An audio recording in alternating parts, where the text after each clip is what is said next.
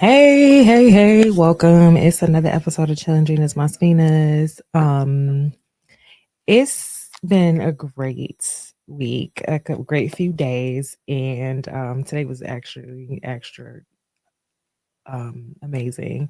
I wanted to get this video out to y'all like way earlier today, but we're getting it done. You're probably gonna get it super late Saturday or early Sunday. So sorry. Because I just had an awesome day today. Like, you ever wake up and you just feeling like God is like just shining on you. It was one of those days. I don't know. I woke up listening to like some Bob Marley. So that always helps. So get that in your system. Go outside, touch some grass, especially some of y'all in my comments a little perturbed by my political beliefs. But that's to be expected. So we are here today because, as you know, I'm Nicole Coco Patrice of Chillin' Genius Mas Finas. I'm an artist. I'm a local artist in Chicago. I am a state worker who is a huge advocate for public safety. I'm in school for criminology, pre-law. I'm really into real estate as well as just a single mother, Black woman, South Side Chicago, raising children on her own. I've been through the public aid system. I work on the other side of the desk in public aid now. So there's a lot that I have to contribute to these conversations. And I started this channel starting, on like, of course, just talking about different issues, trending issues, things like that, because I wanted people to kind of have an alternative perspective. So I've always been alt media, despite whatever you guys want to keep trying to say about me, because you have this one sided view of how you're supposed to behave and how I'm supposed to behave in the world based on your small perspective. And so if you go look back, the receipts are there as far as who I am and who I've represented in my platform. And my podcast, it's Challenging as Martinez, because I wanted to talk about little topics that we take for granted, everyday occurrences, our water cooler topics, but really try to find like where they are deeply influencing our future and our legacies and like who we want to be at the end of the day when we're, at the pearly gates trying to get in or whatever whatever your beliefs are as far as the afterlife here. But anyway, on this current plane, we've got a lot of people who are very split on whether or not they like violence in their cities. I'm not sure why that's a polarizing issue, violence in your city, but it is. And so Trump recently in the Oval Office, because I voted for Trump. Our president, I made sure I pissed my aunt and my mom off today with that too. It was just so much fun. I went and drove around. So that's why it took me so long to do this today, because I unexpectedly went to hang out with my mom, and that always turns into like an extra 4 or 5 hour ordeal. But my aunt and my mom, they're getting up there, and you gotta take care of your elders, no matter how they believe in the church and the Democrats. And so they were telling me how they really wanted some black walnut ice cream. So I like drove around and found some at the Rainbow Cone in Flossmoor and took them that. And then that's how my whole day just kind of got, the day went left. So, but here we are, we finally got it. And then I made sure I mentioned to them while they were, talking trash, that I did vote for Trump, and my son voted for Trump, and I'm not at all ashamed, because he is doing exactly what I've asked him to do, if not more. And so anyway, all that to say, Trump was in the Oval Office, and I am a Black American woman. He said African American woman, but I know I'm gonna blame Jesse Jackson for that little, misnomer. Um, and I am a Black American woman from Chicago, from the South Side of Chicago, and I voted for Trump. And I have been asking for Trump to come to Chicago. I have been asking for Trump to do things for Chicagoans. And people are saying that this is wild, that he even said that. He's crazy. He's out of touch. And, a lot of people are trying to make it up to be like we're some mythical creatures that don't exist. But there were 8% of us that voted for Trump. Okay. That 8% of Black women that voted for Trump. And I am not ashamed of that. And I know for sure, the Natasha Dunns, the Chicago Flips Red ladies, who I was formerly a part of, they all were advocating for Trump to come to Chicago. So let's just stop playing like this didn't happen. But anyway, let's get right on into it. So I saw that, yeah. So Trump basically, he said, shout out to my girls out there in these streets. Trump said, shout out to my African American ladies in the red hats. Now I don't have a red hat, but I definitely was part of CFR, and I myself was Republican. Like I had already decided, like Trump's my dude. Like this was way back in like August, like for sure. I was like, nah. Like that last election, even before, I was like, I'm not doing it. Like y'all got me messed up. Like I can't. Like I believe I voted Green Party last time, or independent. I was done with Democrats. Like for sure, 2020. I was like, we're not doing this. And then absolutely just was like, give me the Republican ballot. Like I'm not doing this anymore. So so like acting like we don't exist is crazy. Like my erasure is violence. Your attempt at my erasure, media, HuffPost, people, all you other guys, it's violence. It's violence against Black women, and I'm not standing for it. We protect Black women, okay? Trump is trying to protect Black women, and y'all mad. This is crazy. Who are you? God damn it. This is what I want. And y'all trying to take that away from me too. It's crazy because I'm Black. It's because I'm Black. Those liberals, they're really racist, man. I'm telling you. So Trump coming to Chicago. What is that going to be for our city? I just wanted to throw out here, like, I want people to know that Chicago Flips Red was asking for him to come up. They were in City Hall, okay. They were writing all sorts of letters, and they were in Congress, and I joined the group around October, November. And so anything you saw between then and June, like late June, I was a part of. And so here, this letter is June 28th when I left the group. But as you can see here, Ms. Zoe Lee, the founder, president, CEO, had to give me my props where props were due. So I'm just throwing that out there. Like, they may not shout a sister out. It's cool though. We cool. It's cool. Y'all, I wish them the best.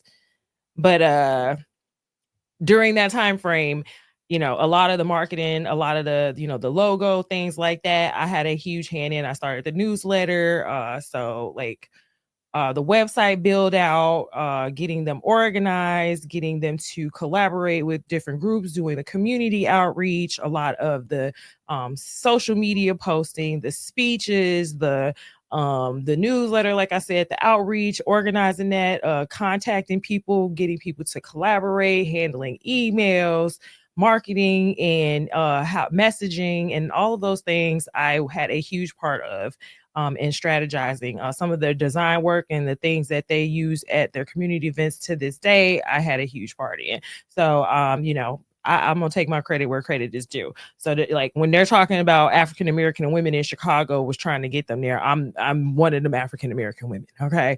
I was doing my videos on YouTube, letting people know that Brandon Johnson was a threat to our democracy. Okay. Jessica Jackson actually pointed Zoe to my channel, and that is how I became part of the group. And as you can see, I worked for the state of Illinois. I did my whistleblower video, and that was on my own accord without any necessary support from Chicago Flips Red behind that. But I absolutely had to make it clear that we have a problem with Illinois too. It's not just Chicago, it's with Illinois, it's within the state of Illinois. And I work for the state of Illinois, and I'm watching it with my own eyes, and I'm in my own little personal hell over here trying to fight them too, still to this day. And you guys will learn and continue to learn more about that. But thank you. Shout out to CityWire, Ted Dabrowski, the Chicago Contrarian, all the other outlets and candidates, Republicans who have reached out to me and really, Paul Vallis, Larry Snelling. Like there's been, a number of people, Alexander Mendel of the Journal du Dimanche. I don't speak French, but he came and talked to us. We took him around the city, showed him some shelters, all types of stuff. So like Chicago has Black women for sure, that have been supporting Trump, that have been asking Trump to come help, because these people are out of their minds. Here I am here with Zoe and the rest of some of the other members of Chicago Flips Red who were outside of the NAACP, a Rainbow Push, because they crazy. Some more pictures here, So I just want y'all to know, like, Black women in Chicago are we want Trump. We want Trump. Even if they didn't vote for Trump, even if they're not quote unquote Republicans, there are Black women in Chicago who agree with policies that they may not be able to explicitly say that, oh, well, I agree with Trump's policies or I agree with Republican policies, but they can, when you talk to them slowly enough and break it down and separate it and let them know nobody's judging you. If it sounds like you might agree with a white person or a Republican, and we're not judging you, that will finally admit that, damn, I don't like this crime. I do want the police. Okay. I do want to make people work for their public aid when they're able to work. I do want to stop giving Section 8 passed down to generations unwarrantedly.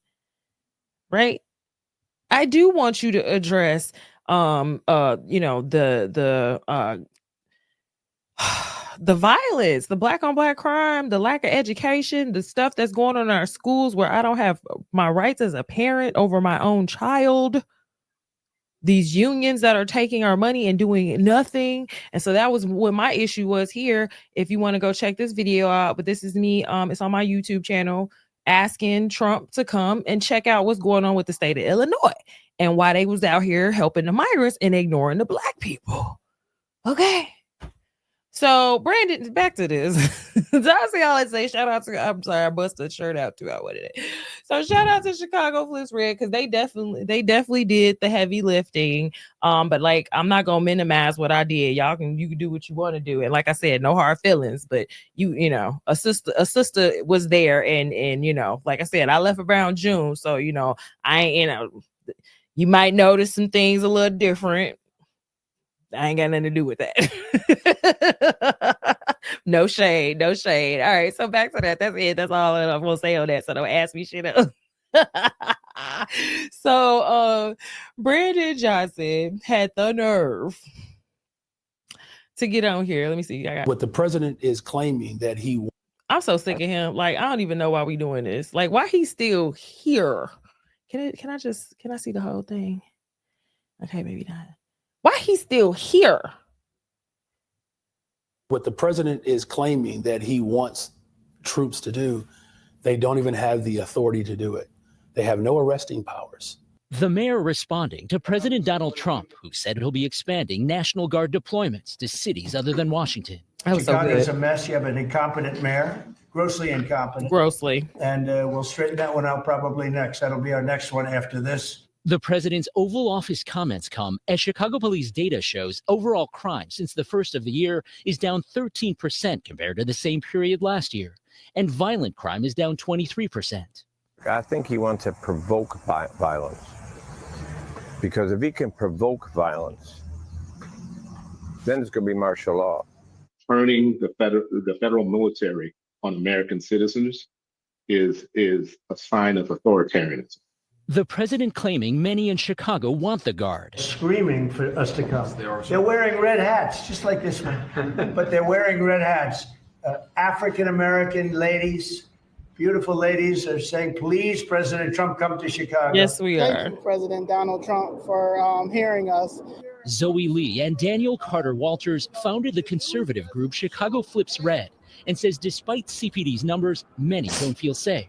And if the Democrat Party, only thing they can do to help us is tell us crime is down, then hey, we welcome the National Guard. That part. So shout out, like I said, to Zoe, Danny, Natasha Dunn, not only just the Chicago Flips Red, but everybody who was really like out here like trying to wake us up, because we need to wake up.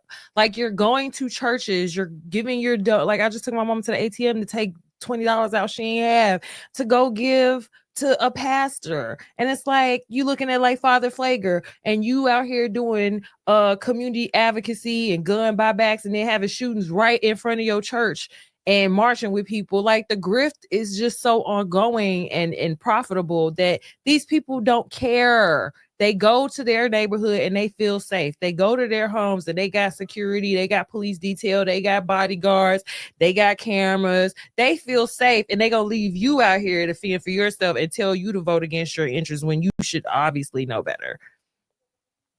So yeah, let me see what else we got here. Cause like y'all not about to you're not gonna sit here and tell me these lies, honey. Oh gosh, I can't get out of here. Hold on, y'all.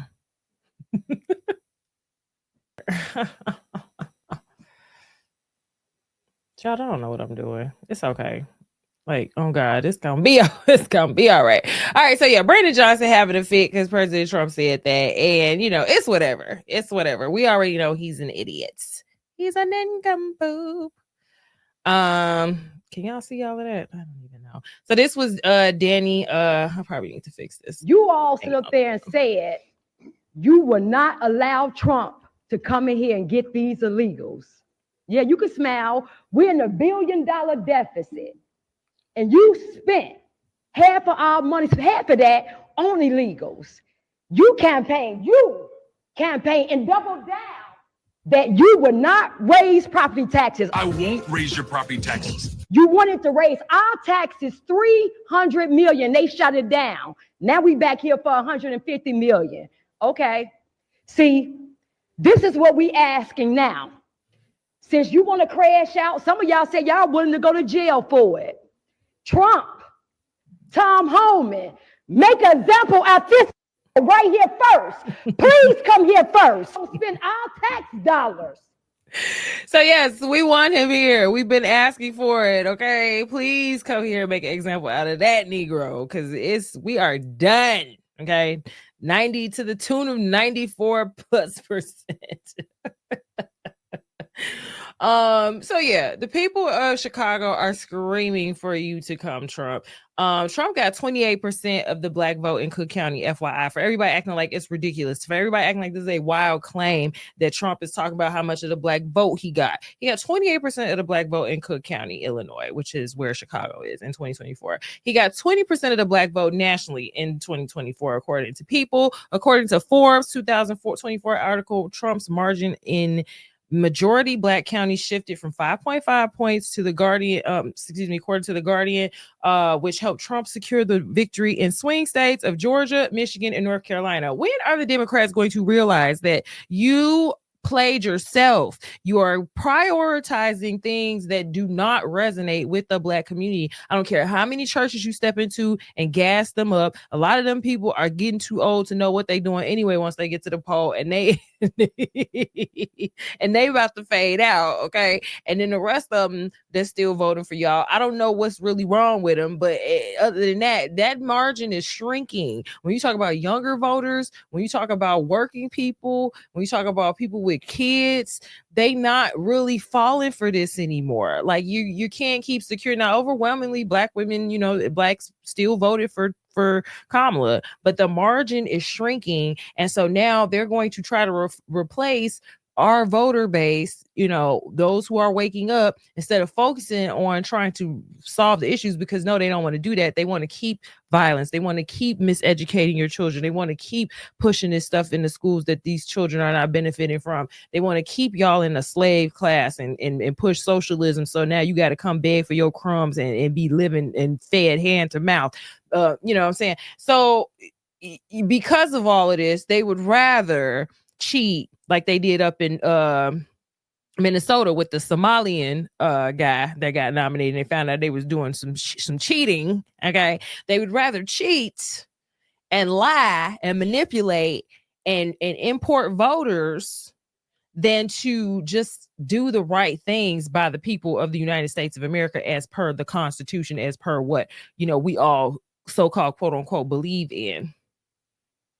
Okay, so anyway, the lies. Is crime really down? Can we trust you?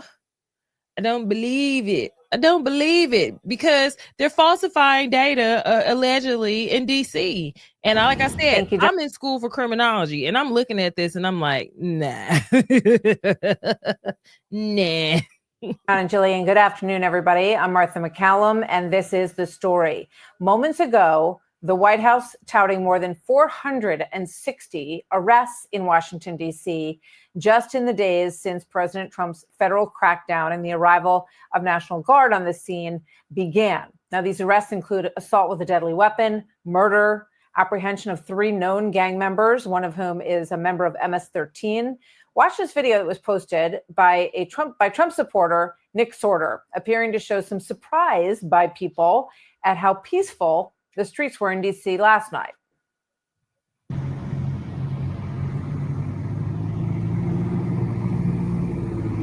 Strangely empty, right? Right, it is. Strangely empty. I've never seen it like this. So there's that opinion. The GOP-led states that you see on your screen, according to the Department of Defense, are sending anywhere from 100 to 500 National Guard troops from their own states to help out with this effort in Washington, which, as you know, is a 30-day effort. But there's skepticism about these numbers coming from D.C. Mayor Muriel Bowser. This doesn't make sense. I'm You know sure it doesn't make sense. The numbers on the ground in the district don't support 1,000 people from other states coming to Washington, D.C. You know that. All right. So what is the real situation? Fox News also can confirm that there is a DOJ investigation into the potential manipulation of DC crime data to make the crime rates in the district appear lower. And with that, we bring in Greg Pemberton, who is chairman of the DC Police Union, and he's an active duty detective, I should say, with the Metropolitan Police Department. Officer, thank you very much, Commander. Good to have you with us today. Thank you for joining me. Thanks for having me, Martha.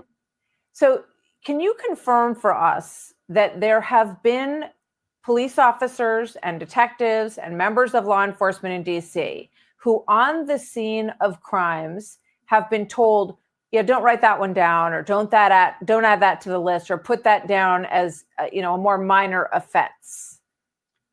Absolutely. That's one of the chief complaints of our members when we go around and talk to them, is that they respond to the scenes of these violent crimes. And inevitably, you'll have a captain or a commander or sometimes a lieutenant show up on the scene and advise them to take a report for a lesser offense.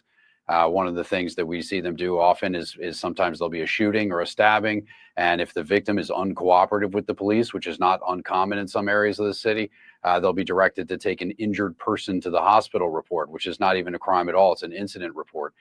Sometimes you'll have a robbery. It'll be reported as a theft. Other times you'll have burglaries that are reported as unlawful entry or thefts.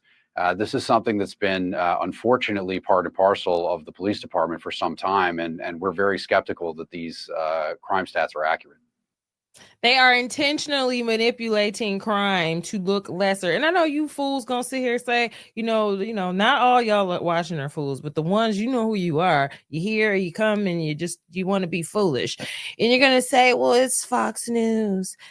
There's several other sources that can corroborate this. Anybody who knows anyone who works in law enforcement has had these conversations with these people. If you're interested in what's happening with your so-called crime is down, this is a known issue. Okay. And just think about it. It just makes sense. If you have the power to manipulate your PD to make crime look like it's less extreme, and now you get to say, I helped bring the crime down. I can now get reelected if I can fool the people long enough to believe that the things that they see on their Citizen app and their next door app and their neighborhood apps and everywhere else you go outside and you wonder if you're going to make it back home safely, or if you leave your home unattended or your things unattended, they're still going to be there. Like, we're living the real data. Don't let data confuse you into minimizing your actual experience. Don't let gangbang and blue or red, Republican or Democrat, black or white, trick you into ignoring the bloodshed.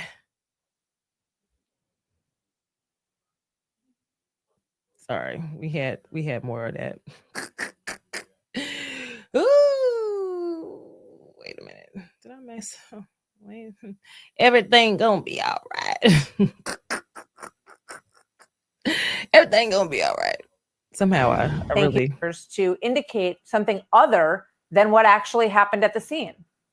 Well, the only explanation could be to keep the crime stats down because politically that's expedient for the police department and elected officials in the district. I mean, let's go back to how we got here, which is that in 2020, the DC City Council passed the Comprehensive Policing and Justice Reform Act, which was a sweeping piece of legislation designed to hamstring police officers, to reduce the size, scope, and responsibilities of police officers. In addition, it also prevented us from.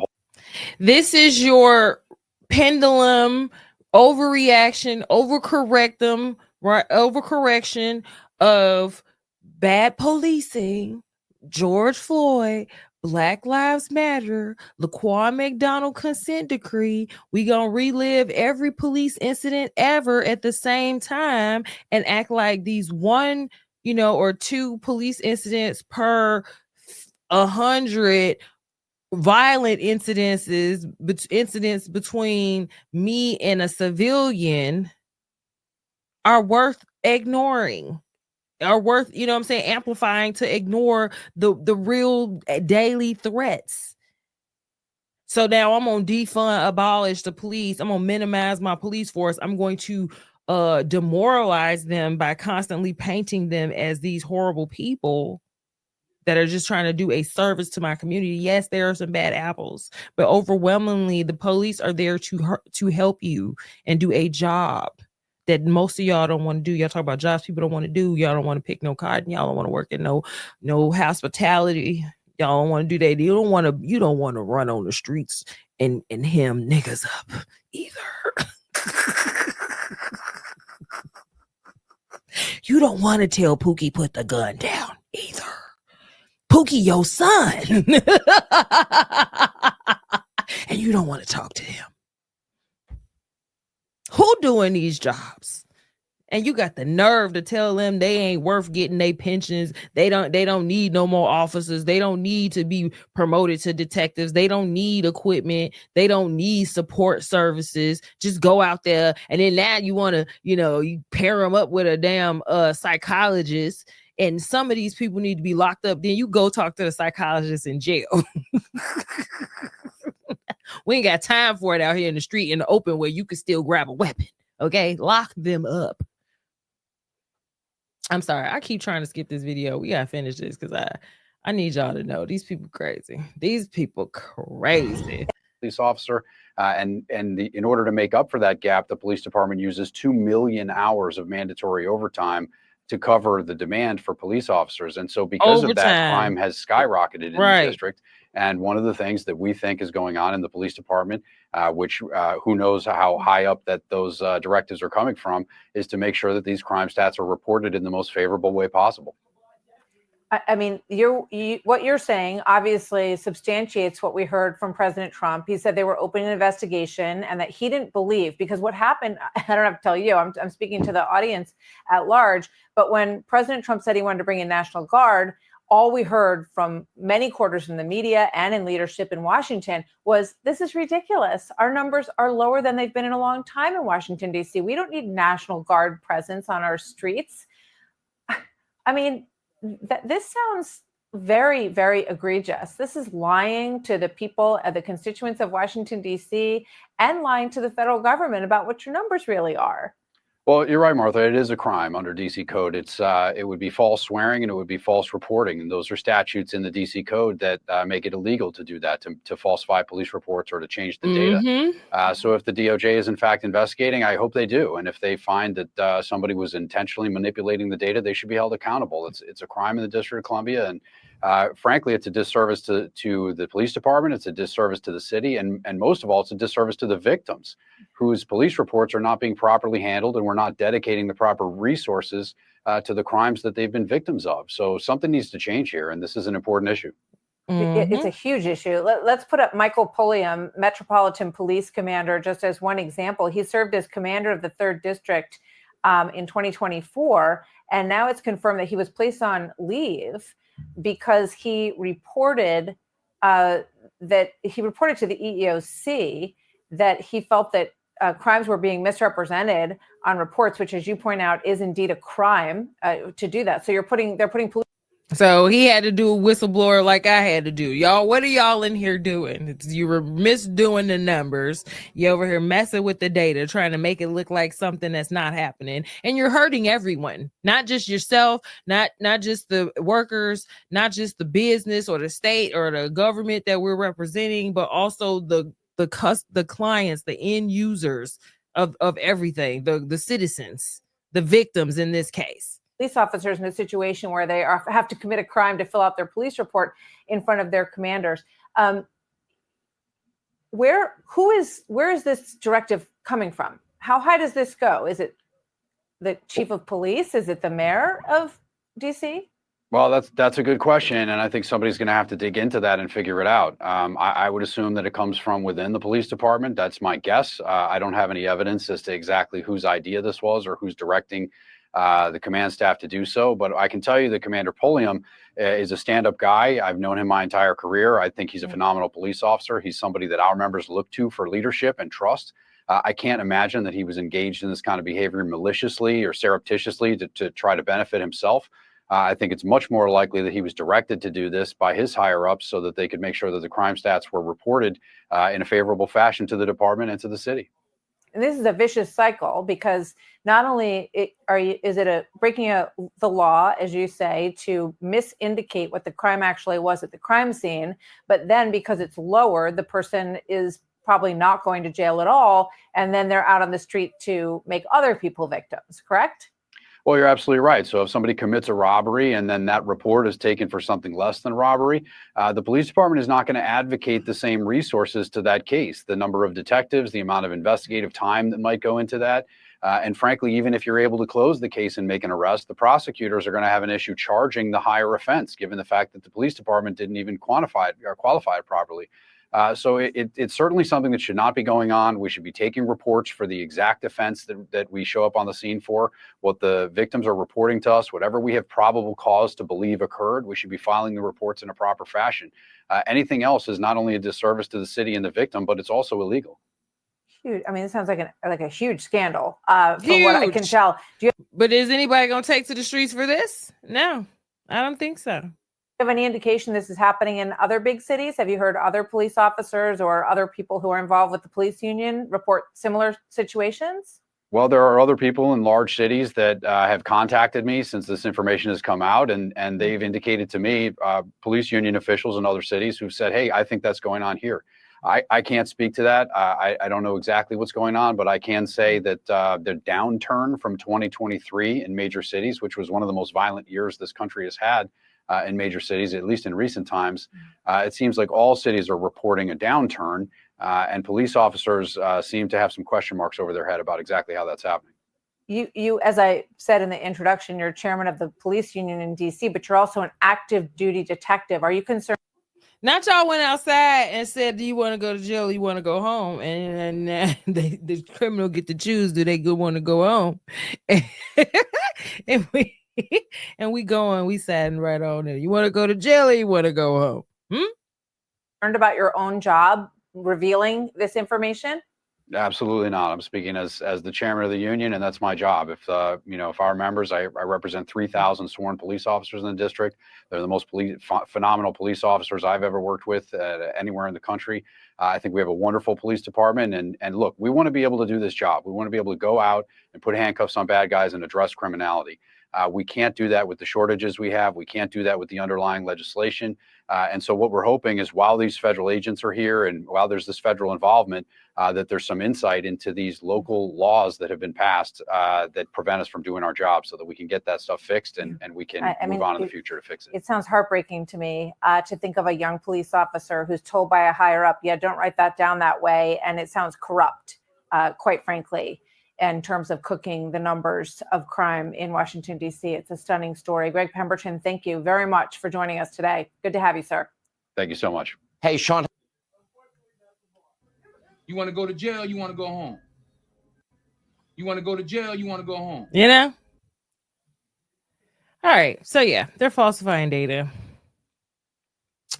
So yeah, eliminating ShotSpotter helps skew the data. And I've been saying this, but there's always gonna be a study to counteract the common sense, conclusion, and they're gonna focus on something. It's like over here, guys. No, it's this. So yeah, removing ShotSpotter naturally shrinks the number of reported incidents because the technology detects up to 80% of gunfire that 911 never hears about. Fewer detections don't mean fewer shootings. It only means fewer and longer response times to criminal gunfire. Sorry, let's see if I can show you the rest of this. Whoop, whoop, whoop. And this is from the 16th and 17th district police scanner. So this is like literally CPD. Removing ShotSpotter may reduce it only means fewer and longer response times to criminal gunfire. Removing ShotSpotter may reduce data, but it doesn't reduce danger. This study reinforces the need for careful assessment and redoubling of efforts to drive further progress, not premature conclusions. And so this was in response to soundthinking.com posted by Spot X News, stating that Chicago's recent trends on crime, I guess, are basically all skewed data. So yeah, I am not buying it. Okay, you guys can say what you want to say, but it's the evidence is showing otherwise. Okay, but they get to do what they want to do, and then you got the cops out here asking. I really wanted this to. You want to go to jail? You want to go home? You get a choice. They go out there and they want to say, go to jail? You want to go home? Oh my God! You have to laugh to keep from dying. So, Lord help us. All right, and so there was a study impact of ShotSpotter technology on firearm homicides and arrests among large metropolitan counties. A longitudinal blah blah blah blah blah something. I'll look it up. But that is from the PubMed Central. National Library of Medicine, which has some research on obviously crime because it hurts us. This study found no consistent increase in arrest rates due to ShotSpotter. However, it doesn't blame the tech. It emphasizes the absence of follow through by police and departments. And like I did a video a while ago on that. So if you check out some of my other videos, there is a video I did. I'd have to figure out what the name of it is. I'll try to put it in the info card, where we talked about exactly the rationale behind why they supposedly got rid of ShotSpotter, the lawsuit that was involved in it, and how their focus was on the technology and how the false alarms were causing, more interactions with the police, which could have led to more violence, violence on citizens. But then just like, but still let me bleed out in the street. We still got the Brandon's bodies counter on CWB Chicago that is monitoring how many places that used to have ShotSpotter are now locations where people are found hours later dead, and it could have possibly have been prevented. At least the response time could have been quicker instead of having to have police. I was trying to find this clip of this one video where the police are literally out there asking like these guys that for all they know, they were the shooters, and they're out there asking like, where did the shots come from? And it's just like, it's ironically comical. It's like so crazy. And this man is claiming, Brady Johnson, that he saved money, but it's like, at what cost? Like, we're dying. So, if the ShotSpotter detects gunfire, but no one follows up, that's failure in response, not a flaw in the microphone. So we have to look at how we were not equipping police and how police were not following up properly, and how courts may have, dropped the ball on some of these issues. Or how even the law is set up where, technology can't serve as witness or complete evidence for a crime, but hell, I can get snapped by a speed camera or a red light camera, but I can't have a ShotSpotter convict the guy who put this gun out on me and you know, shot at me or whatever. So, you know, it's just we have to really think in nuances here, and that is what they're banking on, is that you're going to be so emotional and so tied to your allegiances, you're just going to believe whatever they tell you. So their uniform crime report, the FBI's uniform crime report went through an overhaul, and that as well, I feel like, has a correlation with what we're seeing now.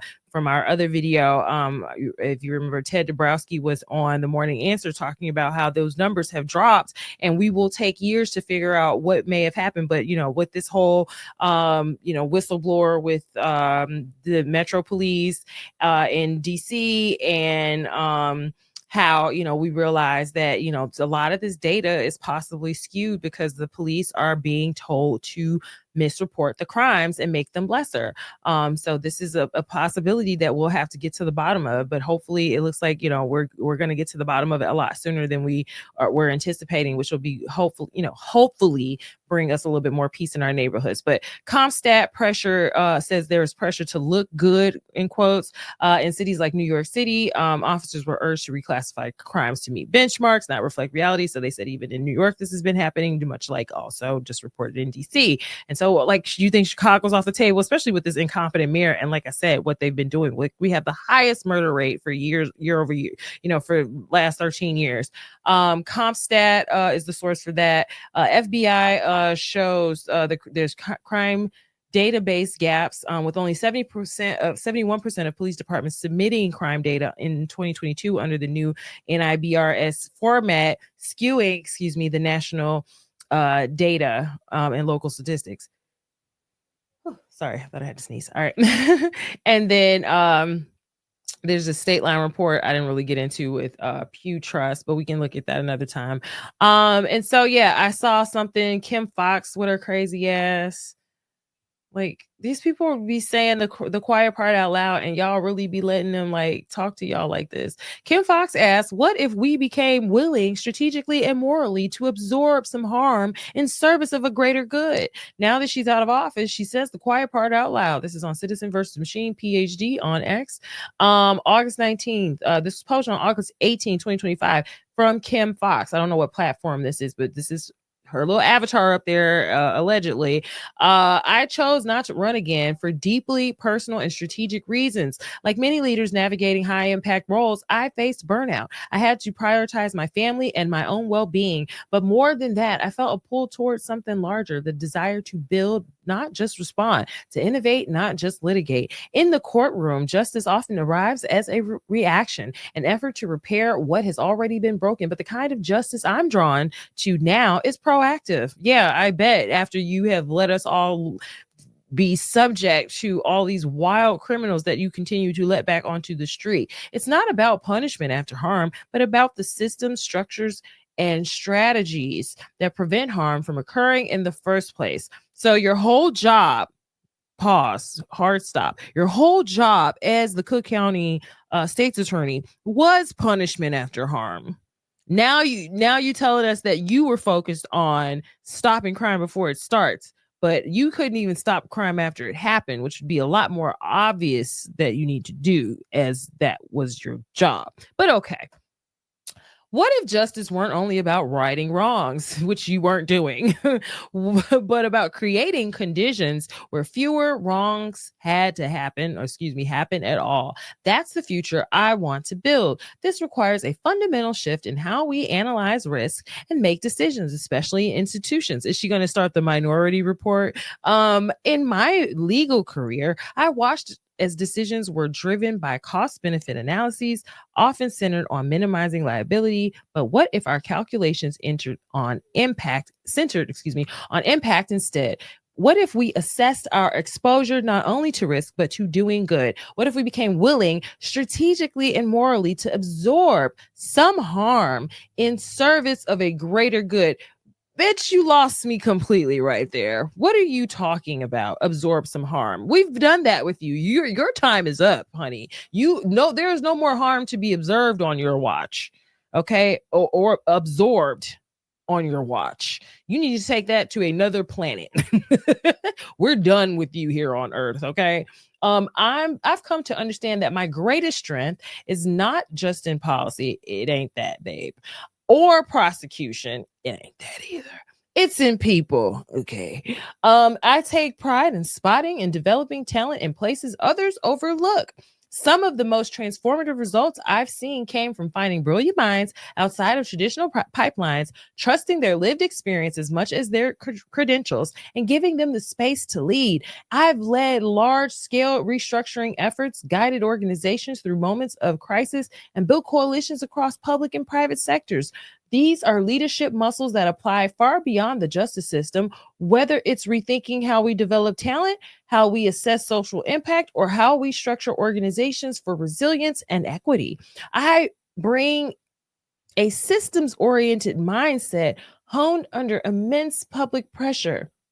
As I step into this next chapter, I'm seeking opportunities that allow me to co-create solutions that prevent harm before it happens. I want to be at tables where we reimagine institutions, where we build systems of accountability that are not punitive, but transformational.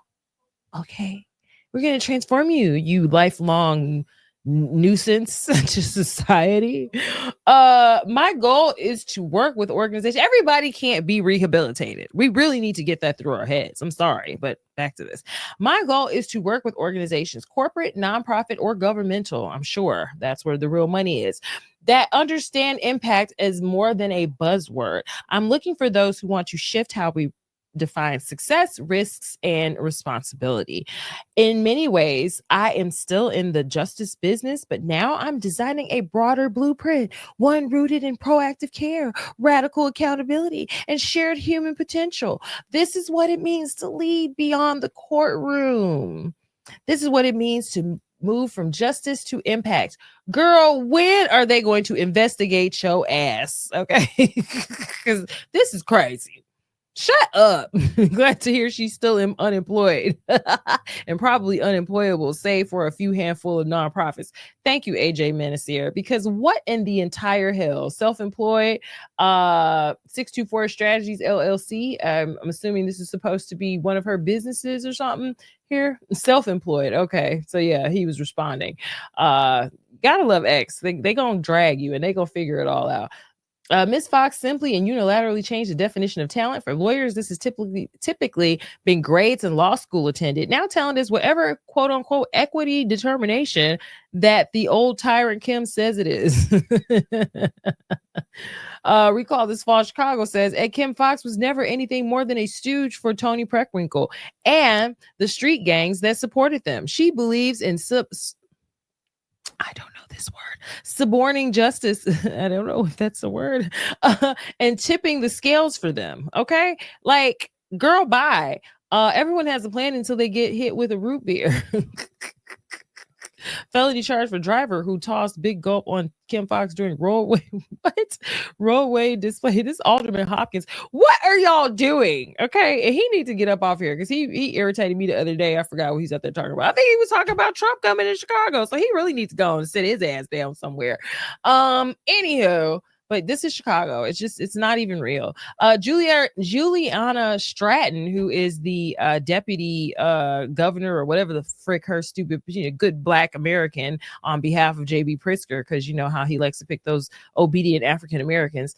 She has something to say here. Let's see if I can open this in a new window tab. It's going.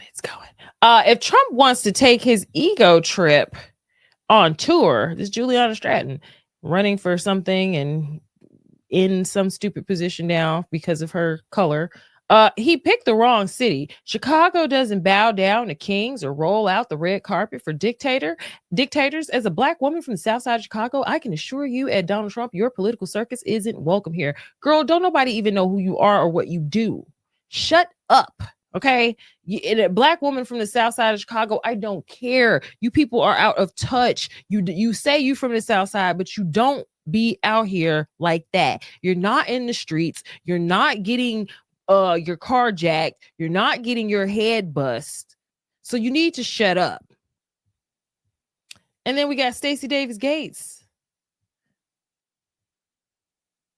who says, Oh, we can hear. Create the crisis by which you have to create the crisis by which the boss, the landlord, the government can no longer ignore you. And that is why the strike, the action, the coalition forces are so important. And especially now, you have to create. This chick is a socialist freak. Okay. I don't know any other way to describe it. We need to fear her and take her seriously. She is completely, she has a low IQ. She is completely corrupt, and she wants to run us into a communist hellhole that pays for all of her and her friends to live lavishly. Prove me wrong, Stacey Davis. Prove me wrong. So we're gonna get back to this here. All right, so Trump wants to have the military in Chicago to straighten it out, okay? And people are saying he don't have the power to take over And we the haven't police had to districts. bring in the regular military, which we're willing to do. We have to. He doesn't have the power to take over the districts in other cities, but hey, I'd be willing to find out. I'd be willing to support him, but like they said, if he declares, people are not understanding. There's so many laws and so much power in the Oval Office, in the federal government, in the executive branch, that if he declares, I believe it's like an Insurrection Act.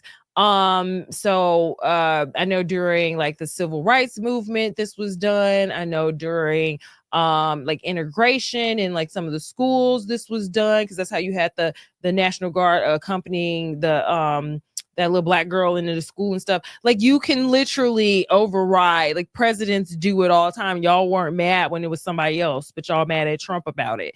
Like, there's plenty of power within the executive branch, because again, our founding fathers, when they wrote the Constitution, or as we've developed as a nation and come up with these laws, we understand that sometimes you have to have checks and balances and allow different branches of your government to function in ways that will ensure that the citizens are protected and their constitutional rights, the Bill of Rights are which are enshrined, are protected. And so I'm not to be a victim of endless crimes. There was a boy who was knocked down on the platform. 9-year-old boy has died after he and the man carrying him were knocked down the stairs during a fight at the CTA Green Line station at Clinton. His death, is now ruled a homicide. Killed a 9-year-old boy. This is the stuff we are dealing with. Okay, we got this shit. I had to see it, so you got to see it too. Okay.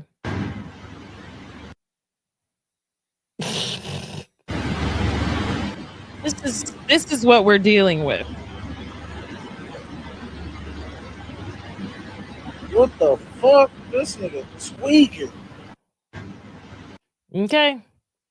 This is right on the platform, okay? But he deployed people to make sure people weren't smoking cigarettes or whatever on the train. But this is the shit. You get knocked down during fights. People trying to get off on the platform.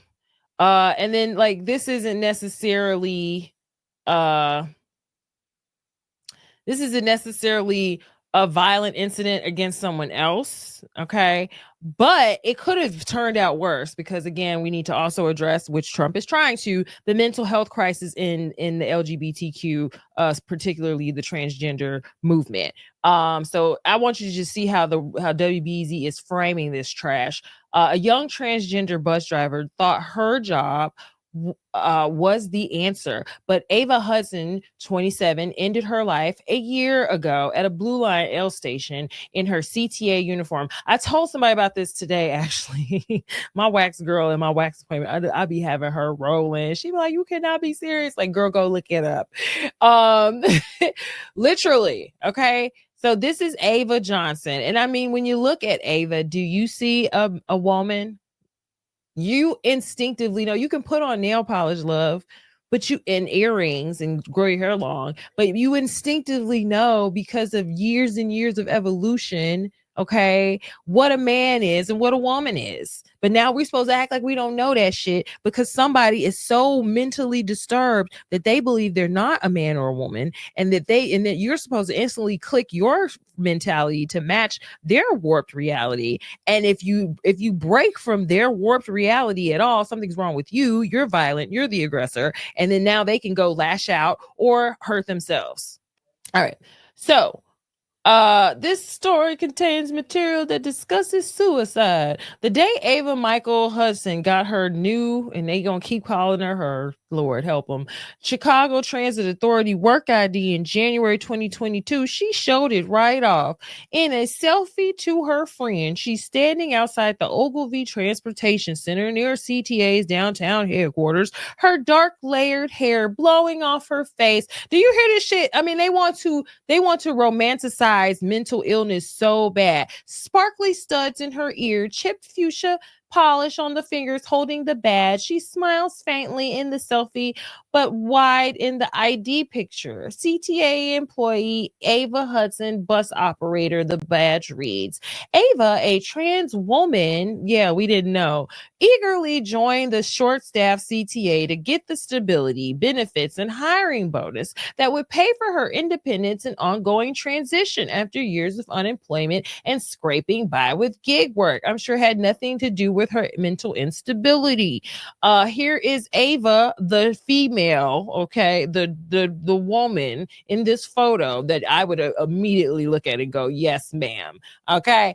Ava wears a warm weather version of her CTA uniform. Ava purchased the CTA job, pursued the CTA job to give her a foundation as she built her new life. People, B, people die every day. I'm not trying to be cruel here, but I just want y'all to understand. People get their feelings hurt every day. Okay. Y'all got to grow the hell up. I don't know what's happened with this generation. I do know. And it's these damn Democrats, these liberals, and these warped ass policies and the dependence on the medical industry and drugs to override nature. But in and getting the help that you need and dealing with nature in reality. But in her 7 months driving North Side bus routes, she found an environment that was not inclusive or supportive, even as the CTA specifically includes gender identity in its anti-discrimination policy. Well, welcome to America. I'm a Black person and I get discriminated on. I'm a female and I get discriminated on. Not justifying it, but I'm just saying there's no need for me to go out here and kill myself. And I'm not saying that she didn't need help or she shouldn't get help or people shouldn't have empathy for her. But the empathy is in encouraging these people to get help, not continuing to let them live in a false sense of reality. Let them live outside the bubble. The bubble boy can't breathe outside the bubble because you ain't gave him no bubble-free air. Records, interviews, family, friends. Okay. So supervisors and colleagues regularly misgendered her, including on work documents. A boxy mannish uniform put her ill at ease. So was she was supposed to get a tight little skirt? Like, what are y'all really saying? And confused writers into calling her so. Sir, no, it didn't. Nature confused writers into calling her sir. Years of evolution confused writers that were not confused. She was confused my ass. She knew no other trans co-workers. Well, then she should have went and worked at the damn in San Francisco somewhere where she felt that it was going to be a better, I don't know what y'all want from us. So now we all got to be trans to make you comfortable. I'm not out here asking other people to be Black to make me comfortable. I'm not out here asking other people to be female to make me comfortable. I go home and I pray. I eat right and I go do things with the people I like to be around once I'm away from my job. Your job is your job. We've gotten so far away from like realizing that they're just places that are not supposed to comfort you. Your job ain't supposed to comfort you. They're supposed to follow the law. They are supposed to make it a safe environment. But when you have a mental disturbance going on in your mind, your job is not supposed to freaking bend to your will to make you comfortable so you don't go out here and shoot the whole damn job up. She knew no other trans co-workers, and it's not clear she had help from her union. I wonder why not. Did she reach out? She felt uncomfortable, her dad said, at the job, but at the job she desperately needed during a vulnerable time in her life. Well, she ain't needed that bad if she's still up here worrying about what the uniform making her look sexy or not. In the life of anyone in the early stages of transitioning. 1 year ago, on the morning of August 7, 2024, Ava was seen in her blue CTA shirt and black pants running down the platform from the Austin L near her home in Oak Park. Instead of boarding the Blue Line train toward the shifter day, she jumped out in front of it. So she got all dressed for work and just jumped in front of the train. This is August 2024. Ava died by suicide. She was 27. Police found no note. Her stunned friends and family have been left to wonder. Well, I blame the friends and family. What was y'all doing this whole time? Y'all not having a conversation with her. You gonna blame it on strangers boarding a bus that called her sir? Sound like they was trying to be nice.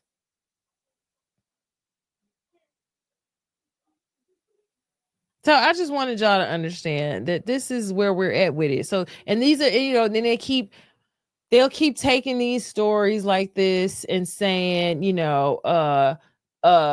woman, if say this turned into a hostile situation where maybe she held people at gunpoint or it was like a mass shooting or whatever. See, even I'm still calling her she.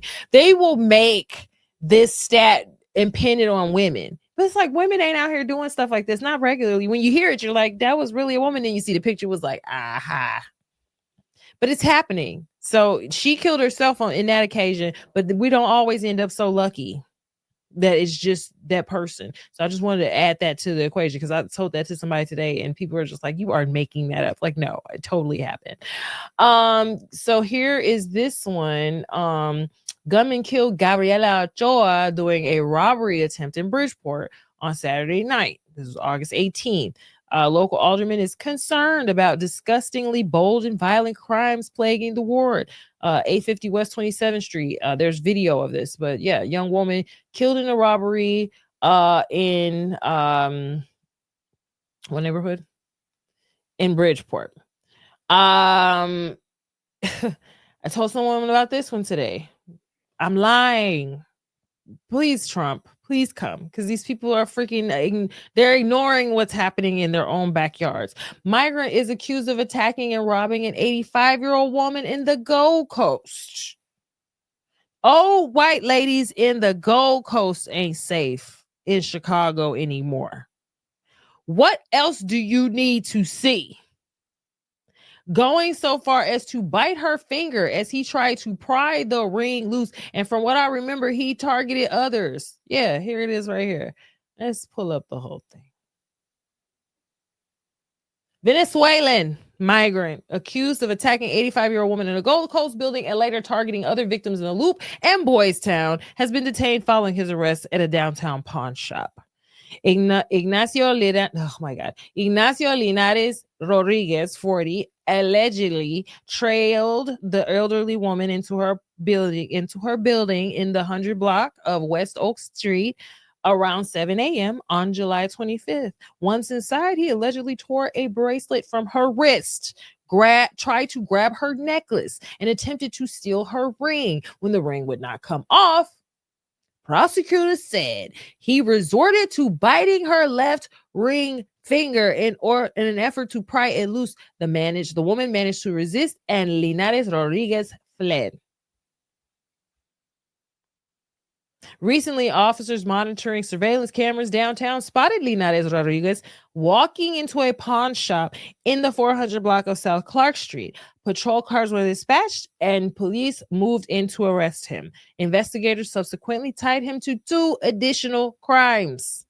On July 28th, prosecutors said Linares Rodriguez rolled up on a divvy bike and ripped a gold necklace from a woman's neck in the 200 block of North LaSalle. Like, he gets multiple oportunidades para hacer lo mismo.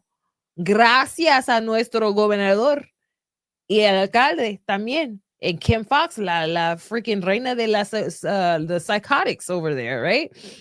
On August 9th, he allegedly climbed into a man's pickup truck in the 3700 block of North Halsted Street while the victim was asleep and proceeded to use the man's phone to make calls, y'all. While the man was asleep, the victim woke up Linares Rodriguez bolted from the truck with the phone. Prosecutor said he was allegedly carrying the phone when police arrested him at the pawn shop. These people are not okay. And they're just out. They just keep letting them out for us to deal with. We're crazy. We're crazy, though. Yeah, we are. If we keep telling Trump, we're fine. No, it's fine. But I got Stockholm syndrome from America, even though I want the crime to go down in my neighborhood. I don't want to die. I don't want to die. And I can say it with pride, but I got Stockholm syndrome. Judge James Murphy III detained him on charges that include robbery of a victim older than 60, aggravated battery of a victim older than 60, burglary, robbery, and felony theft. Hopefully, he actually gets locked up for a long time for those crimes, because what in the entire fuck? Okay. En otras noticias,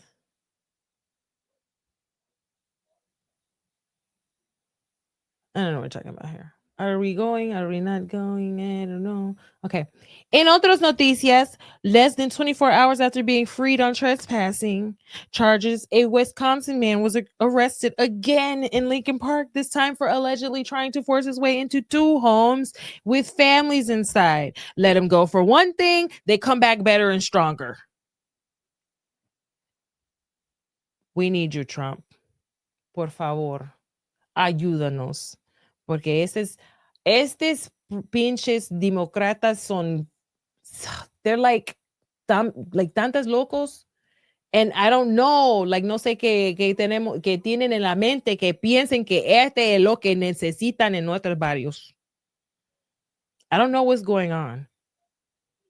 It doesn't make sense.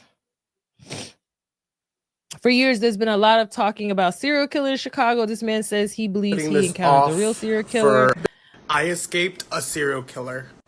I have been really putting this off for a good minute now. He goes on and on, but it's basically, there's a guy walked to him in a club, and he's saying that there was multiple bodies that have ended up in this neighborhood, same age guys, I guess gay, from what he's telling in the story, and they're not really talking about it, even the police or the news.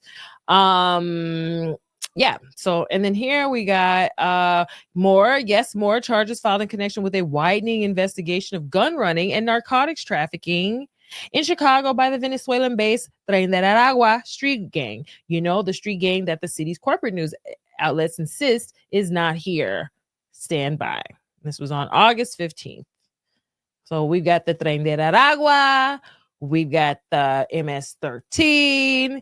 We've got just all kinds of stuff going on. You guys can pull these up because I'm pushing my time here, but you have a Lyft lady. She's got a bullet in her car. And this is where the bullet was shot. So I was sitting here, and this is where the bullet was shot. Okay, she's got a bullet in her car.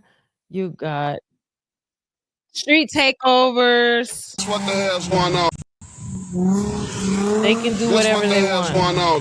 2:55 in the morning, in the rain. In the rain.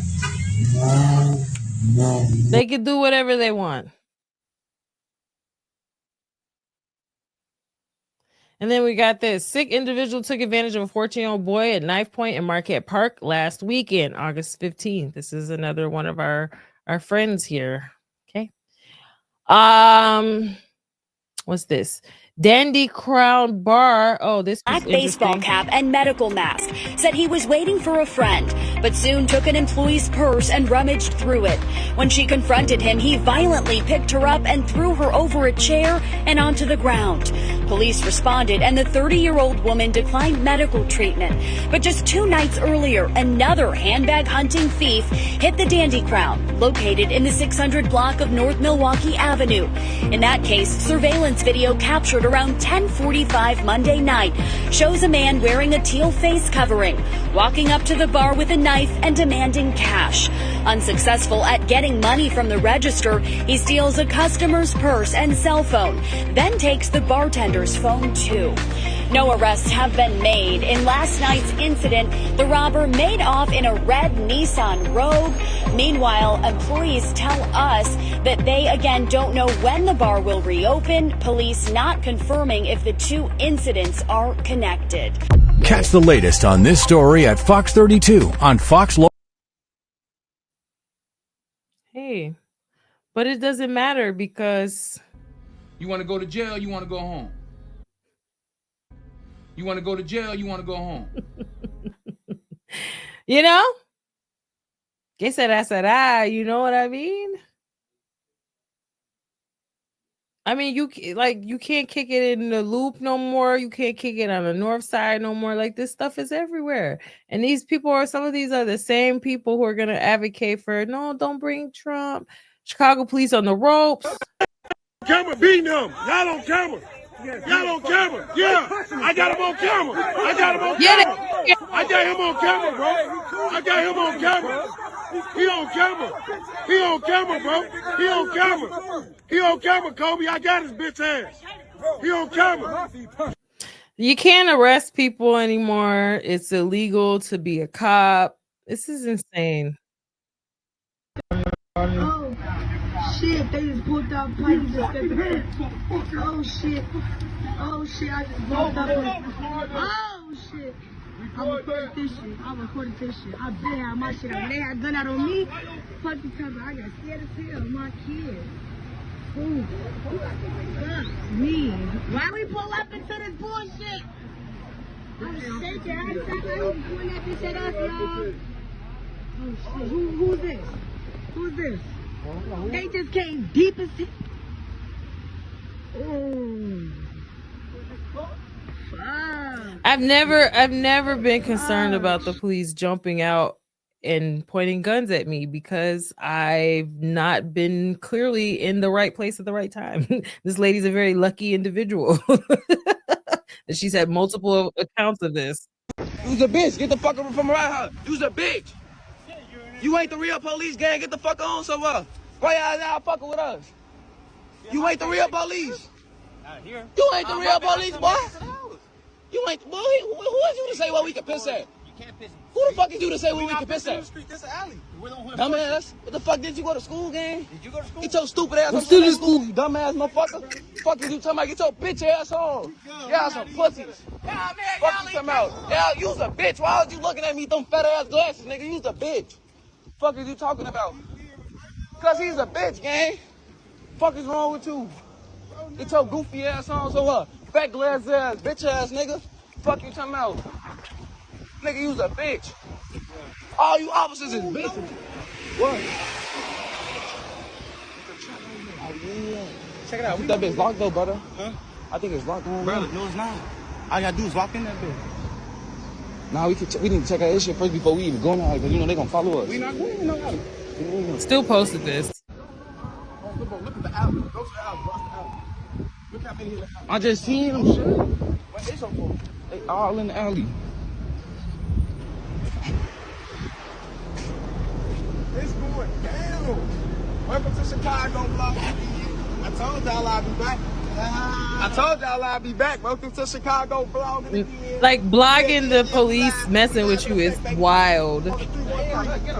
Like, what is your purpose? This time I'm still in school. Clearly not enough. Boy, that ain't my name. Fuck wrong with you? That ain't my name. Shut your goofy ass up talking to me. Shut your goofy ass up talking to me. Fuck you talking about. Shut your bitch ass up. I'm fucking your wife. Shut your bitch ass up. Shut your bitch ass up. You's a bitch. Fuck you talking about. You's a bitch and you mad. Like, why are you still there?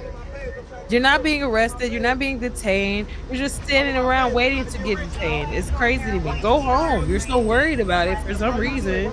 They didn't even say that shit to you. Like, honestly, y'all kept talking to the police. That's follow my page. What's your badge number? That's why your short ass ain't catching nobody. Dork ass. You just came through this bitch yesterday. You ugly ass Puerto Rican monkey. Shut the fuck up. You's a bitch. You's a bitch. Shut up. You's a bitch. Not they trying to get social media engagement, harassing the police. Like, this is what we dealing with over here. Follow my page. Look at his man, ugly ass. Who is looking at? Get the fuck on somewhere. Fuck is wrong That's with you? Shut your crazy. punk ass up. Like you got nothing else to do? Shut your punk ass up, bitch. You ain't the real police. Sit your weak ass down. It's very crazy. It's very crazy out here. So as you saw here, cops can't do anything on the street without being surrounded and filmed and harassed by the future thinkers of America. We got immigrant pulled off the bus. He had a gun, grenade, and a big ass knife. Allegedly, according to this. Chicago goofies. When stealing goes wrong at Walmart or Walgreens, excuse me. I guess they tried to get away on the bus. And oh no. All right. This is what, like, they don't pay them enough for this. There's no way. So yeah, everybody's saying, you know, Washington D.C. What did they get out of it? It didn't matter. But you know, according to the data, since Trump had his takeover of the police, violent crime down 22%, carjackings down 83%. Robberies down 46%, car theft down 21%, overall 26% decrease compared to August 2024. So if you're mad about that, something is really wrong with you. You know, even if you think Trump has manipulated the data, hey, the police departments started early either way. So there's that, because you guys are already saying everything's down. So why can't he make it go further down? But there's evidence of residents stating that they feel residents safer. of Washington, D.C. and the surrounding region are still adapting to life under federal control after the president seized authority over the city's police force and deployed the National Guard. Nearly 400 people have been arrested in the capital since the takeover last week. And today, Mississippi and Louisiana joined a number of other Republican-led states in sending hundreds more troops to the nation's capital. In recent days, our team has fanned out across the city to hear how daily life has changed and what residents make of the president's move. Hundreds of National Guard troops are now stationed around parts of Washington, D.C. and its iconic landmarks. Nightly checkpoints have become routine in some areas of the city. This is what democracy looks like. As have protests against the increased security presence.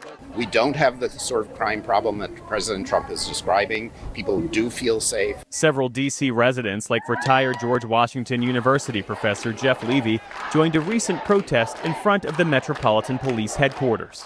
What the rest of the country needs. A retired professor who I'm sure lives somewhere where he is far removed from the hub of most violent crime. To understand is while they have more legal basis for doing it in D.C., this is their goal across the country. Protect D.C. This Alexandria, Virginia native who asked us not to use her name also joined the demonstrations. They're trying to make it less and less safe and make you more and more scared. So I hope people will just stand up and let their voices be heard. Because most people... They're trying to make it less safe and more scared with more military, with more police presence. Do not want this. Lorena and Josiah Bowie just arrived in Washington, D.C. from Florida as Josiah prepares to begin college at American University.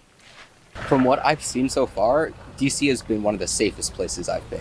There is not one hint of some sort of crime epidemic. One of the first stops for the mother and son was the National Mall, where National Guard troops were on patrol, even stopping for photos with tourists. The National Guard is walking by, so these are the first officers that we do see. I was expecting them to be all over the place, and I guess little by little they are coming through everywhere. To me, it's extremely sad because this is not what this country was founded on. Safety. Although the president declared a crime emergency in Washington earlier this year, the Justice Department reported that violent crime in D.C. had hit a 30-year low. And many residents went about life as usual over the weekend, including Jeff Menzer, who we met at a local farmer's market. I generally feel safe. I go. And I'm not understanding. So if you already feel safe, everything's fine, and then you so happen to see the National Guard walking around, what is the problem? What is the problem? Because Trump did it? Like, get over it. Either way, get over it. You're not a victim. You're not a victim. Fortunately, I do live in a neighborhood that is relatively safe. It actually has an ongoing police presence because it's on Capitol Hill, but random crimes do happen. But a major reason cited by the Trump administration for placing the city under federal control was to target juvenile crime in the nation's capital. DC police say the 3 teen carjackers got caught up in traffic, which soared in Washington during the pandemic as well as around the country. It has since fallen to levels seen in other cities, but then came a highly publicized attack on a Trump administration official by a group of teenagers earlier this month. I see too much violent crime being committed by young punks who think that they can get together in gangs and crews and beat the hell out of you or anyone else. Shajib Udullah and his wife own this convenience store at Heckinger Mall in Northeast D.C., an area long plagued by high crime. Their store was recently robbed and vandalized by dozens of teenagers, and Udullah says D.C. police needs more help. It's like more than 30 kids robbing us, and they show up like more than 30 minutes later. That's when I don't think so they are enough. They might be busy for somewhere else. So I don't think so it's enough police around here. They say they welcome the federal takeover, but at least so far they say they haven't seen an increase in security in this neighborhood. Of course they're going to be over there quiet because it's close to the White House or the Capitol or something. They need to have it more in the D.C. area where they know the. Oh, is this a black woman asking for Trump to send more police presence? Is that what I just heard? Crime is. Not far from their store, Abdullah Salim runs this boxing gym in the Trinidad neighborhood where he mentors local teens. We need order in our city. If you don't have no order, you ain't got no city. Is this another black asking for more order and law from Trump or whomever?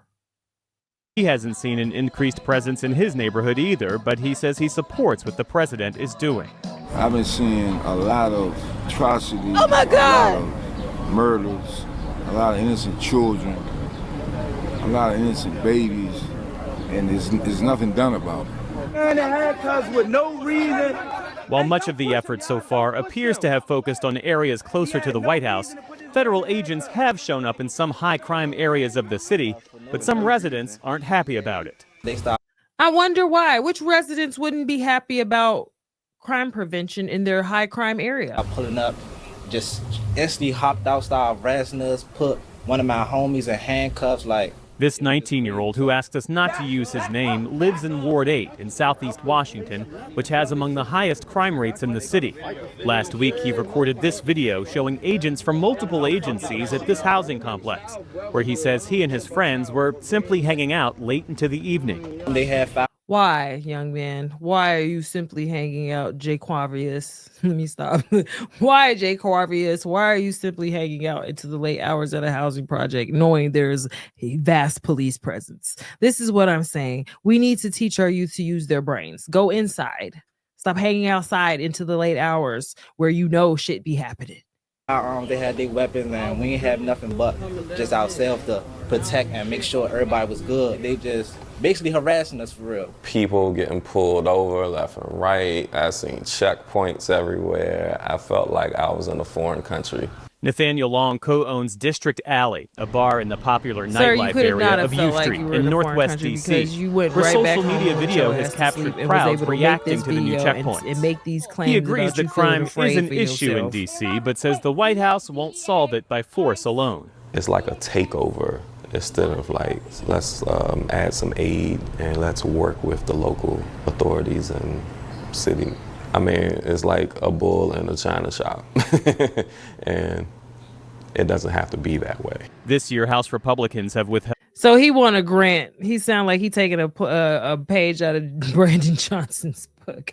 Like, you could throw money at it, yeah, but you also need to stop being soft on crime. Like, you can't ignore that violence prevention includes actual police presence, includes actual arrests for crimes. Held more than $1 billion of D.C.'s budget, while the White House has also made cuts, including to police, security, and the courts. That's added to many residents' skepticism. You see, he put it on his shirt to let us know what's actually happening there. Now imagine if that says Chicago Public.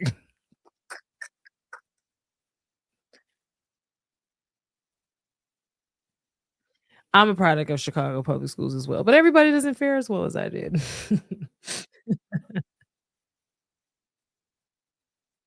About President Trump's plans for D.C. They told us they was coming every day, like, so that's basically why I'm expecting for them to come every day. Well, why don't you be at work next time, young man? You won't have to worry about it. The problem is the threat is always going to be there. This administration, this president has a pretty short attention span that they will have to move on to something else. And perhaps they'll release the Epstein files. I am sure you're looking for video. These white liberal men are like so predictable. Like, bruh, just get a life. Because so you hate Trump so much, but like, what are you actually saying? You're not in those neighborhoods. You don't see the actual crime. No, you saw for yourself these black residents who said they're still, even the ones who didn't want to agree with Trump in his approach, still say that there's an issue with the crime. Still says something needs to be done. So he's doing something rather than you sitting there telling him to do nothing and then now focus on these Epstein files, which by the time they're actually released, we can't trust them anyway because they've already been filtered and redacted and manipulated, and who God knows what else we're going to get out of them. And at the end of the damn day, y'all allowing the schools to groom and traffic your children any damn way. So y'all so all over the place, and just it's literally Trump derangement syndrome, because all you can do is see Trump and be mad at Trump when meanwhile you have real like volatility in your cities that needs to be addressed. Gone through many dark times before, and I think this is just another dark time. And I do believe that it's up to us as, citizens to stay active and to not give up or give in. The emergency authority gives the president power over the city's police force for 30 days, but he's already said he wants that extended. All right, so just wanted y'all to see that, because these people really want us to believe. They want you to believe that Mr. Trump is doing all of only bad things to all the people, but people like it. Some people want it, especially where you're talking to the blacks in the freaking communities that are already being terrorized. Not a single African-American protesting.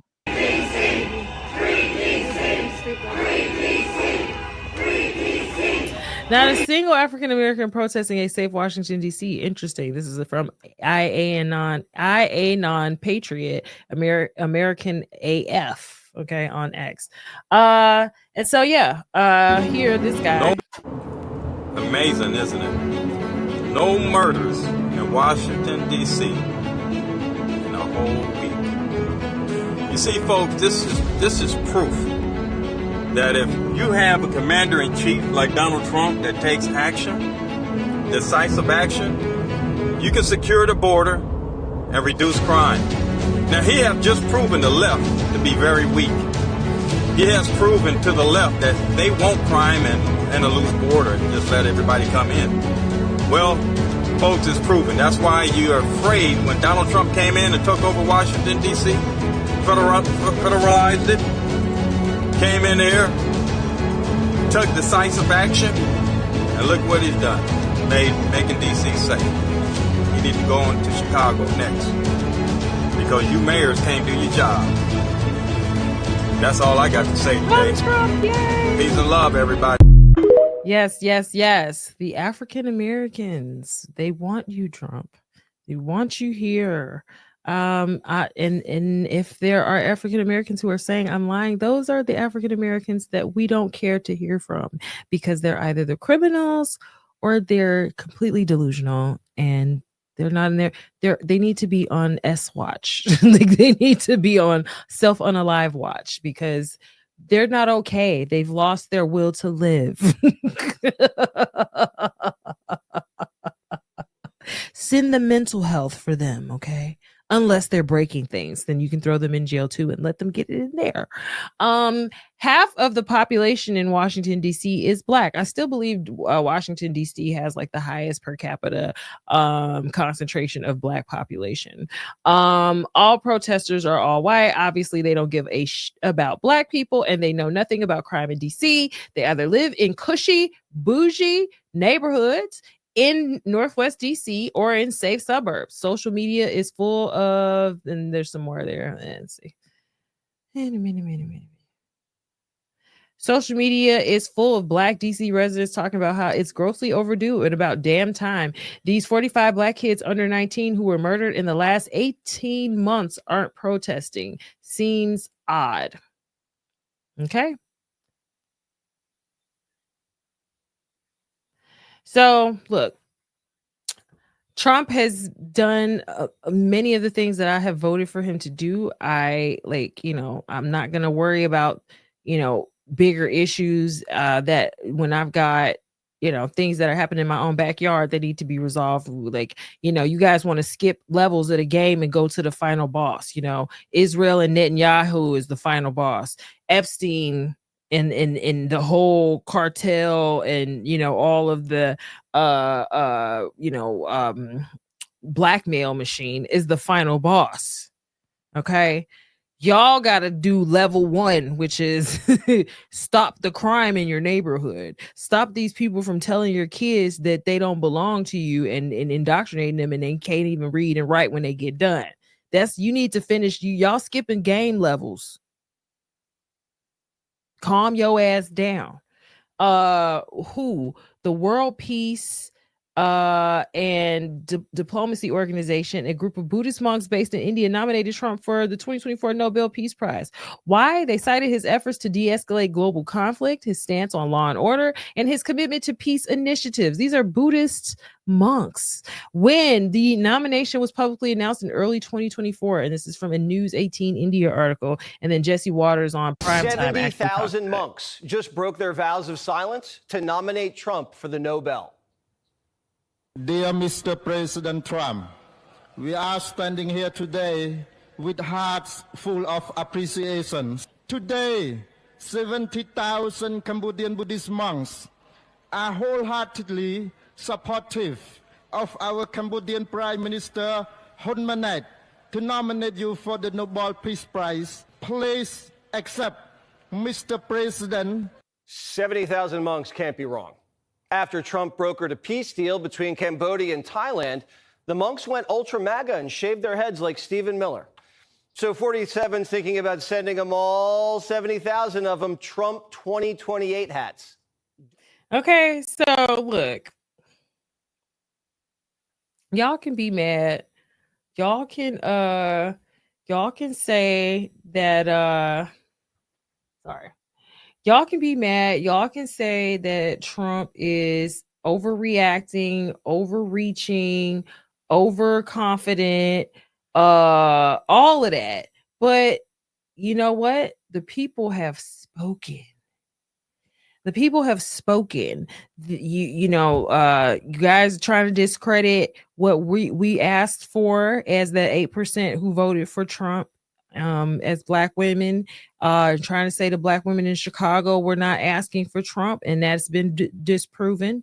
As you saw my receipts from earlier, we've been asking. We voted for him.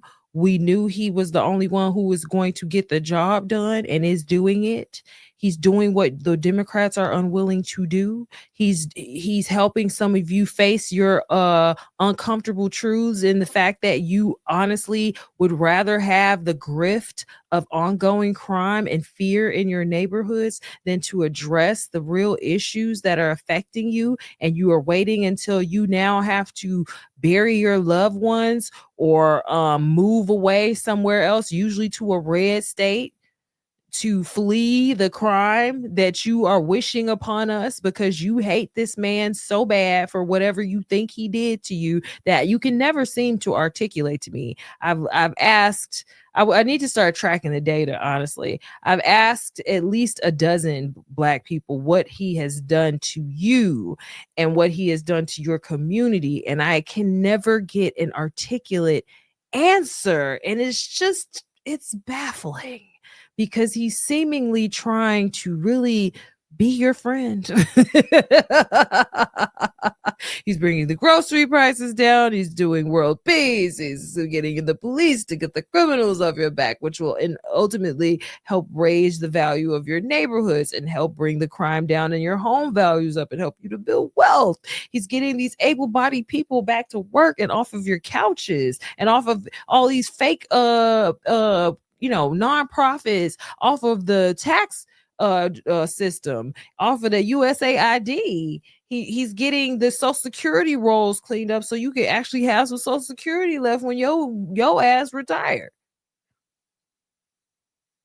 He's stopping these people from voting that shouldn't be voting in our country, in our elections, and diluting the election process and taking away from your rights to vote. He's giving you the Constitution back on a silver platter. But according to y'all, we should have been in chains by now. I can't get an articulate answer from you, yet all you can do is come in my post and tell me I got Stockholm syndrome. I'm a sellout. I'm a coon. I don't know what I'm talking about. I'm ignorant. I'm brainwashed. But I ask you for one thing that you think this man has done to harm you, and I can't get an articulate answer.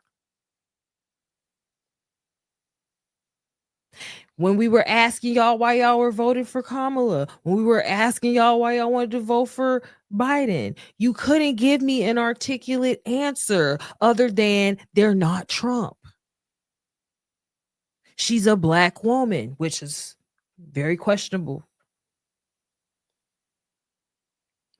What are we going to do when we have to face our truths in the end? When we have to reckon with what we have given our stamp of approval? Your children are crying out for you. They are crying out for help. You look around and these kids are lost. That's why they out here beating the shit out of each other in stores and in parking lots and in malls and at the movie theater, beating on professors in Boston, all types of stuff going on that y'all want to keep ignoring, killing theyself, transitioning theyself, all on drugs, drinking, can't freaking function without being drunk and high.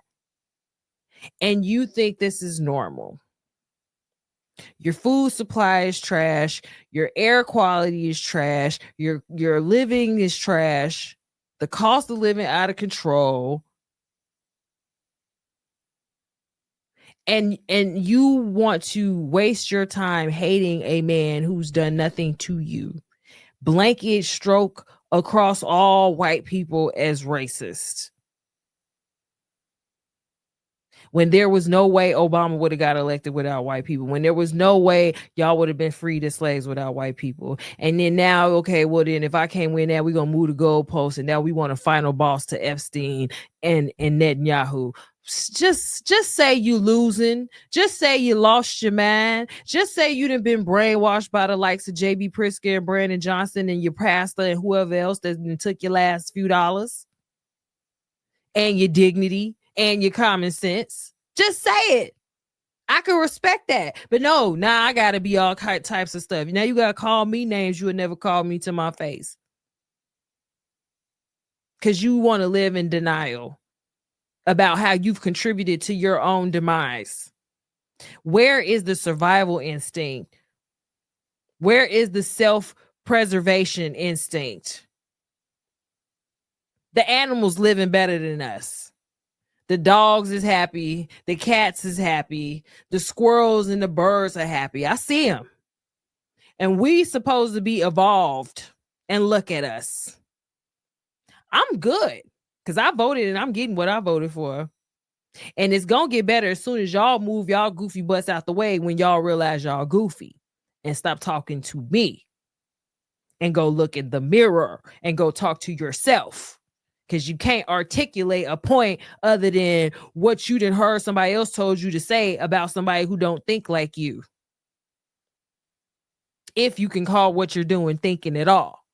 And on that note, once again, thank you, Trump. Thank you for doing what we've asked you to do, for being the leader that we all knew that you were, even though it may have taken some of us some time, myself included. I definitely was drinking the Kool-Aid in Jim Jones for sure form. And we ultimately saw that, no, this is not working over here. And I registered and voted Republican because I'm not doing this anymore.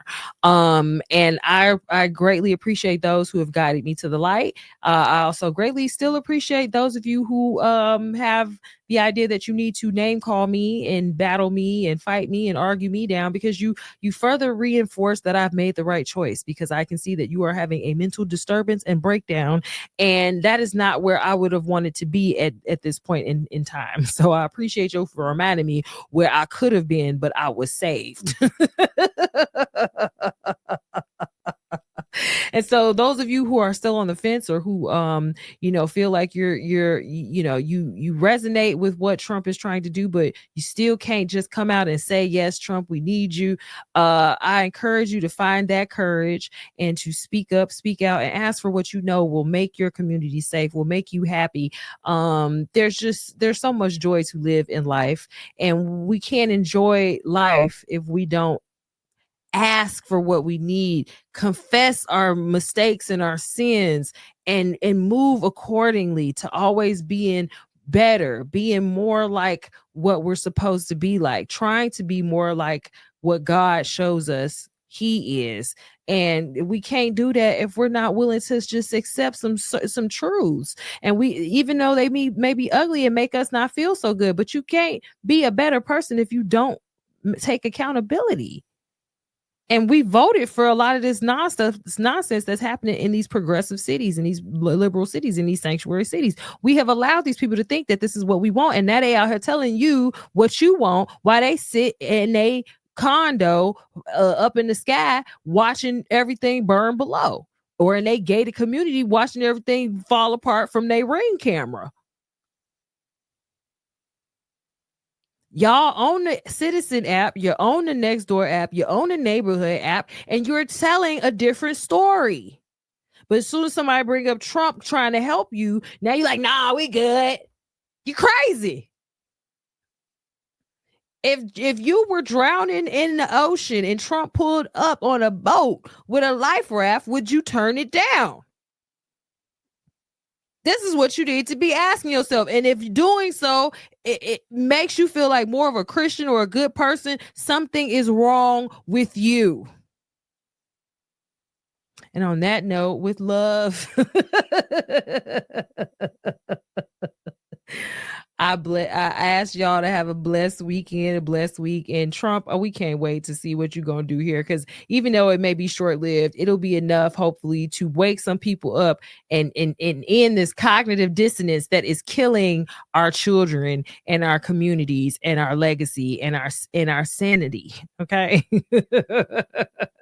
Peace out, y'all. It's Nicole Coco Patrice. Please make sure you like, share, subscribe, and comment below. Are you looking forward to Trump coming to your city? If you are in a sanctuary city or wherever you are, do you want him to come there? And what do you think the result is going to be long term? What do we need to do to actually combat some of this crime in our cities, especially cities that are dealing with a lot of Black population and a lot of Black crime and death?